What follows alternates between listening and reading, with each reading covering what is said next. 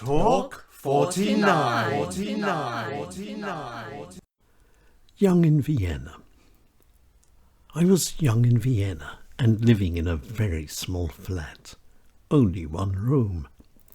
And living next door was Nikki, a truly great friend. She had often been of great help, and very soon Nikki was to help me again, only this time in a very unusual way. I was having a party. It was my birthday, and my very small flat was jammed full of partying friends, and of course Nikki as well. And the noise my party was making was enormous. We were rejoicing. Then, just before midnight, came a buzz. The intercom. The police. I let them in.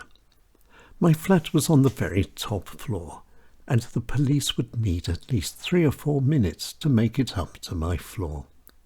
Nikki went into action. Amazing.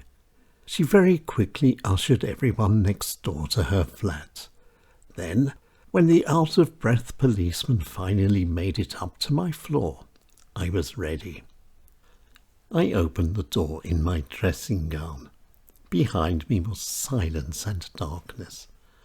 I faked 1 or 2 yawns for good measure, and pleasantries were exchanged as was normal. And apologizing, the police then went on their way. 10 minutes later, the party came back, and although we tried very hard, we couldn't keep a lid on our noise. In fact, we got louder and louder, and merrier and merrier. Then came the banging on my door, very loud and very sudden. The police had come back again. Caught red-handed, we fell into silence. The message was simple. Very big trouble if they came back a 3rd time. Even arrests.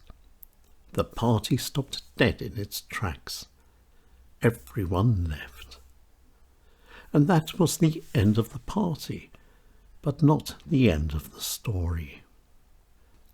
6 weeks later the summons arrived.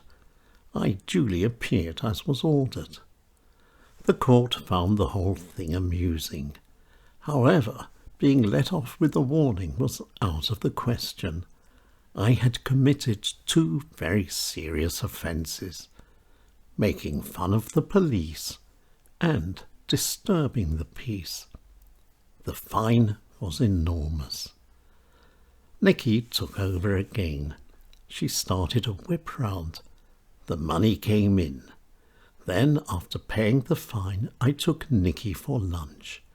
It was the best I could do. Without Nikki, I could have been locked up for life, or even deported, but I wasn't. All's well that ended well, and that really was the end of the story. Young in Vienna, a true story, written and read by Nigel E. James. Talk 49.